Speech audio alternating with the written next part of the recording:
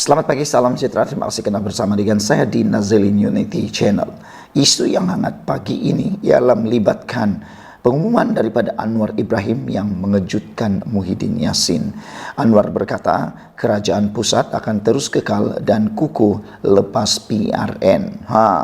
Tindakan Muhyiddin Yassin dan beberapa pemimpin besar dalam Perikatan Nasional mengatakan bahawa kerajaan pimpinan Anwar Ibrahim akan tumbang pada bulan Ogos ini adalah satu tindakan yang memang seperti yang dikatakan oleh Anwar Ibrahim mungkin hanya angan-angan biasa atau hanya mimpi. Teruskan bermimpi kerana kata Anwar Ibrahim hari ini pagi awal subuh ini Anwar Ibrahim akhirnya mengumumkan apa yang ditakuti oleh Muhyiddin Yassin, iaitu kerajaan pusat akan terus kukuh dan kekal lepas PRN. Ini sudah terjadi kerana memang kita tidak menafikan Perikatan Nasional telah pun memberikan satu tentangan yang sengit, tetapi mereka tidak berjaya menambah kerajaan negeri. Mereka masih kekal memerintah di 3 buah kerajaan yang mereka perintah sebelum ini, iaitu di Kedah, di Kelantan dan di Terengganu. Walau bagaimanapun impian mereka untuk merampas Selangor yang boleh disebut sebagai bapa kepada semua Dewan Undangan Negeri tidak kesampaian. Lebih-lebih lagi di Negeri Sembilan begitu juga. Dengan itu impian mereka untuk mahu mewar-warkan lagi atau mau bercakap lagi bahawa kerajaan pimpinan Anwar Ibrahim akan tumbang hanyalah mimpi di siang hari, kata Anwar Ibrahim. Kerajaan pusat akan tetap kukuh selepas pilihan raya di 6 buah negeri, kata Perdana Menteri. Bagi pihak kerajaan perpaduan saya ingin memberikan jaminan, terutama kerajaan persekutuan yang terus kekal dan kukuh selepas PRN ini, kata Anwar Ibrahim. Pilihan raya hari ini menyaksikan Perikatan Nasional menambah penguasaan dengan menang bergaya di negeri masing-masing, di samping mengasak gabungan PH dan BN di Selangor, Negeri Sembilan dan Pulau Pinang, kata Anwar Ibrahim. Pemimpin kanan PN Abdul Hadi Awang semasa tempoh berkempen sebelum ini mendakwa akan berlaku perubahan kerajaan pusat jika keputusan hari ini memihak kepada mereka. Malaysia kini mempunyai undang-undang anti lompat parti bagi mengekang anggota parlimen melompat parti. Bagaimanapun sesebuah parti itu boleh mengalihkan sokongan kepada sesuatu gabungan. Sementara itu Anwar juga berkata pemimpin kerajaan juga akan terus bertungkus lumus bekerja untuk membangunkan Malaysia Madani yang diilhamkannya. Kata Anwar Ibrahim, insya-Allah mulai Isnin kita akan terus bertugas, bukan sahaja seperti biasa, tetapi lebih tekun dan keras bekerja supaya Malaysia akan mencipta kejayaan yang dibanggakan, kata Anwar Ibrahim. Sementara itu berucap di Pusat Dagangan Dunia di Kuala Lumpur sebentar tadi, Anwar mengucapkan penghargaan kepada parti-parti kerajaan kerana berjaya mengekalkan kemenangan di 3 buah negeri. Ini berlaku kerana pemufakatan yang tercapai dan terjalin di kalangan semua parti dan rakan-rakan dari parti Sabah Sarawak, walaupun tidak bertanding, turut memberikan dukungan yang cukup hebat kepada semua lain, kata Anwar Ibrahim. Anwar juga menyeru semua pihak menghormati keputusan rakyat, bersilaturahim dan menjaga keamanan negara susulan keputusan hari ini. Berikut rumusan keputusan pilihan raya negeri hari ini. PHBN hilang majoriti 2/3 dalam Dewan Undangan Negeri Dun Selangor. PN menambah kerusi di Pulau Pinang. Daripada kosong dalam pilihan raya umum lalu, PN kini mendapat kerusi di Negeri Sembilan. PN mengukuhkan penguasaan dengan menang besar 4-2 di Kelantan, 43-2 di Kelantan. PN menyapu bersih 32 kerusi di Terengganu.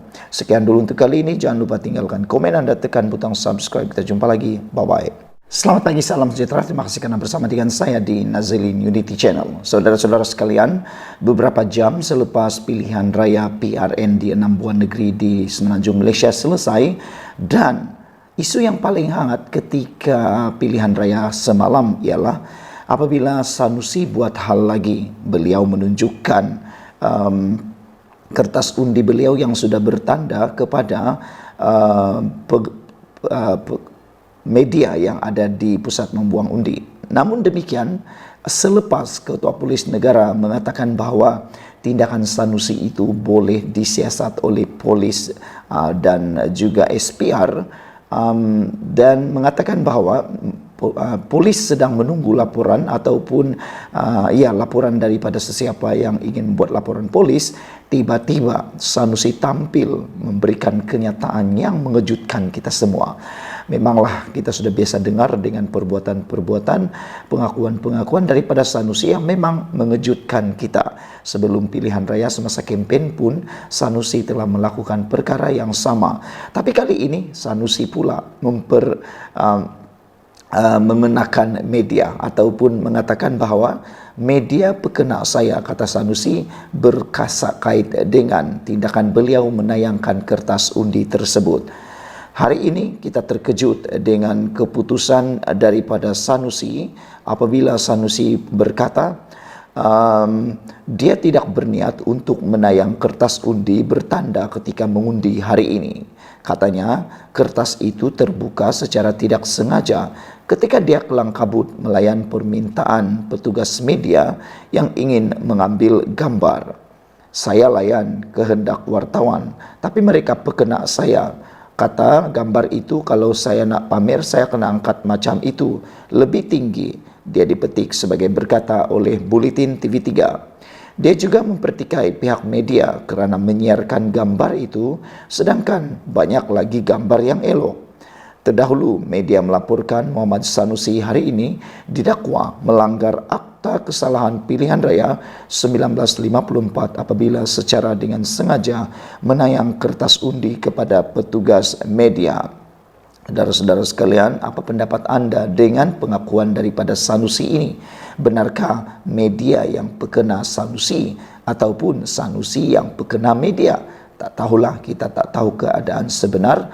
Tapi pengakuan daripada Sanusi ialah beliau kata beliau tidak mahu menayangkan kertas undi itu yang bertanda itu, tetapi ianya terjadi secara tidak sengaja ketika dia kelang kabut melayan permintaan petugas media yang ingin menggambar, dan kata beliau kertas undi itu terbuka secara tidak sengaja. Sekian dulu untuk kali ini. Jangan lupa tinggalkan komen anda. Bye-bye. Selamat malam. Terima kasih karena bersama dengan saya di Nazilin Unity Channel. Ini ialah keputusan terkini tidak rasmi setakat jam 9 malam yang menunjukkan bahawa sekarang dalam kedudukan 3 sama. 3 negeri dikuasai oleh Pakatan Harapan Barisan Nasional, manakala 3 lagi negeri sedang didahului oleh Perikatan Nasional. Secara tidak rasmi di Selangor, Pakatan Harapan Barisan Nasional sedang mendahului dengan kemenangan 16-1. 16 kerusi telah dirampas oleh Pakatan Harapan BN, manakala Perikatan Nasional masih mengekalkan dengan hanya 1 kerusi melalui PAS.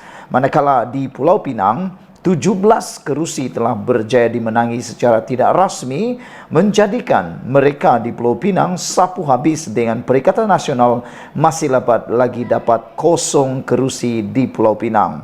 Dan di Negeri Sembilan pula, Pakatan Harapan Barisan Nasional masih mendahului dengan 5 kerusi berbanding Perikatan Nasional masih lagi 0. Manakala di Negeri Kedah pula secara tidak rasmi, Pakatan Harapan hanya berjaya mendapatkan 1 kerusi, manakala Perikatan Nasional mengekalkan masih mendapat 2 kerusi.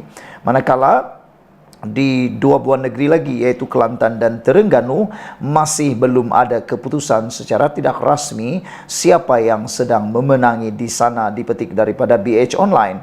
Yang menariknya ialah sejauh mana kerajaan ataupun gabungan Pakatan Harapan BN mampu menyaingi kerajaan yang dikuasai oleh Sanusi di Kedah dengan keputusan tidak rasmi yang diberitakan sekarang ini, yaitu 2 berbalas 1, 2 dimenangi oleh PN dan 1 dimenangi oleh PH, bermakna PH masih mampu menggegar di Kedah. Apakah Kedah akan mengalami perubahan kerajaan selepas ini. Walau bagaimanapun, yang dinanti-nantikan ialah keputusan terhadap Sanusi di Jeneri. Menurut laporan yang kita terima, Sanusi sedang mendahului dengan undi majoriti besar di Jeneri.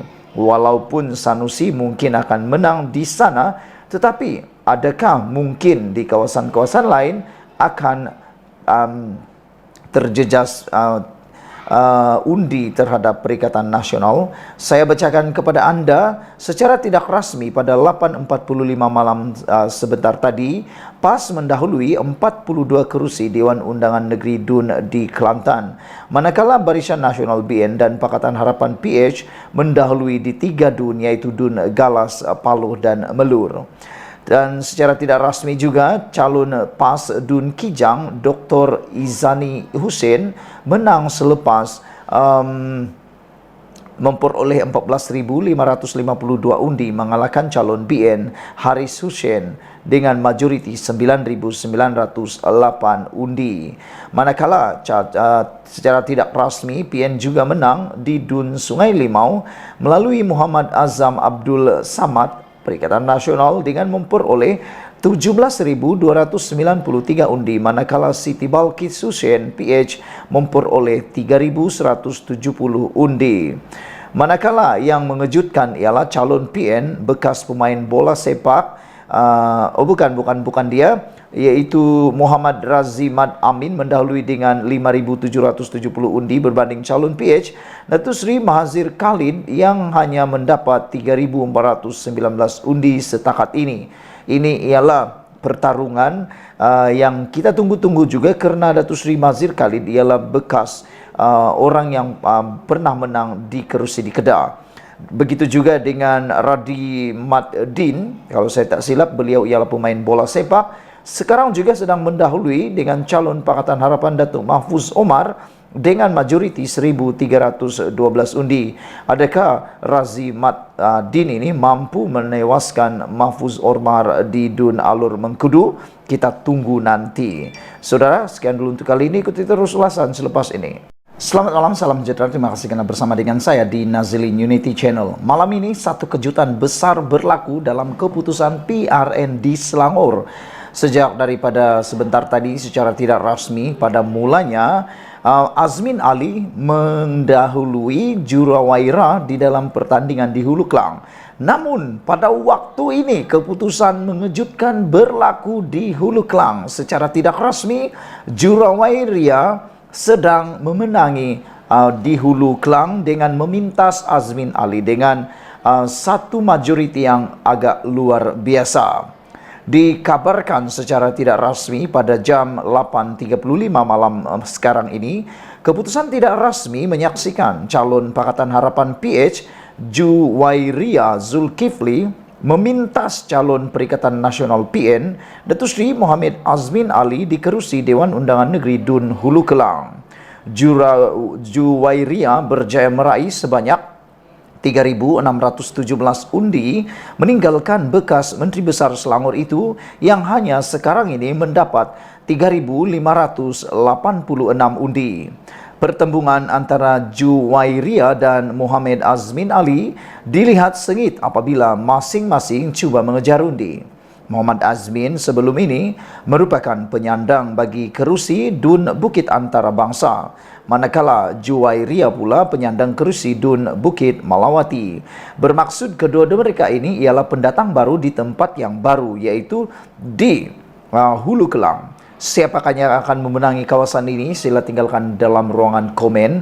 Pada pendapat anda, adakah Azmin Ali akan menang selepas beliau meninggalkan Pakatan Harapan melalui langkah Sheraton dan pernah dicop dan masih dicop sebagai pengkhianat kepada parti PKR? Dan adakah Juwairia yang sanggup berlawan dengan Azmin Ali, walaupun beliau sebenarnya selesa di tempat lamanya, tetapi sanggup untuk menyahut cabaran? Sekian dulu untuk kali ini. Jangan lupa tinggalkan komen anda, tekan butang subscribe. Kita jumpa lagi. Bye-bye. Selamat malam, salam sejahtera. Terima kasih karena bersama dengan saya di Nazilin Unity Channel. Ini keputusan mengejut daripada pilihan raya negeri di Pulau Pinang. Diumumkan secara tidak rasmi. Keputusan tidak rasmi di Pulau Pinang ialah hampir ke semua kerusi yang telah diumumkan disapu habis. Bahkan untuk yang telah diumumkan ini, Pakatan Harapan sapu habis kemenangan di Pulau Pinang. Yang pertama ialah di N08 Bagan Jermau, PHDAP memenanginya secara tidak rasmi, manakala Padang Lalang N15 PHDAP juga mendahului atau memenanginya. Padang Kota tetap dimenangi oleh PH dengan DAP. Bangkalan Kota PHDAP, N28 Komtar juga dimenangi oleh PHDAP, N31 Batu Lancang PHDAP, dan yang terakhir sekali ialah N34 Paya Terubung juga PHDAP memenangi setakat ini. Jadi dengan ini secara tidak rasminya di Pulau Pinang, DAP Pakatan Harapan sedang mendahului dengan 7 berbalas kosong, atau dengan kata lain 7-0. Jadi untuk mendapatkan majoriti mudah di Pulau Pinang, mereka hanya perlukan 13 sahaja kerusi. Jadi dengan itu, adakah kerusi yang paling panas sekali yang kita ingin lihat adalah di kerusi Bayan Lepas, yang menyaksikan Presiden Gerakan yaitu Dominic Lau bertanding di kawasan tersebut sehingga menimbulkan kekecohan antara parti komponen Perikatan Nasional yaitu PAS dan juga DAP. Jadi dengan itu sekali lagi diumumkan keputusan tidak rasmi PRN di Pulau Pinang, PHDAP memenangi 7 kerusi sapu habis daripada yang 7 telah diumumkan. Ikuti terus ulasan selepas ini. Selamat malam, salam sejahtera. Ini keputusan terkini secara tidak rasmi pilihan raya PRN 2023. Dipetik daripada utusan online. Undian tidak rasmi selepas pengiraan yang tidak rasmi. Sekarang Pakatan Harapan, Barisan Nasional, Kerajaan Pimpinan Anwar Ibrahim, Kerajaan Perpaduan mendahului jumlah kerusi DUN Selangor. Dengan kata lain, PH dan BN bakal kekal di Selangor secara tidak rasmi. Pakatan Harapan dan Barisan Nasional BN, PHBN mendahului 20 kerusi daripada 56 kerusi DUN yang dipertandingkan dalam PRN 2023. Ini berbanding Perikatan Nasional yang dilihat ketinggalan 6 kerusi dan memerlukan lebih banyak kerusi untuk membentuk kerajaan negeri dengan majoriti mudah 26 kerusi. Berdasarkan keputusan tidak rasmi ini, PH dan BN masing-masing mendahului dengan 19 dan 1 kerusi daripada Barisan Nasional. Saudara-saudara sekalian, adakah dengan keputusan yang diumumkan secara tidak rasmi ini akan membawa kemenangan besar kepada Pakatan Harapan BN dan akan tumbangkah? Azmin Ali di Hulu Kelang. Sekian dulu, ikuti terus ulasan selepas ini.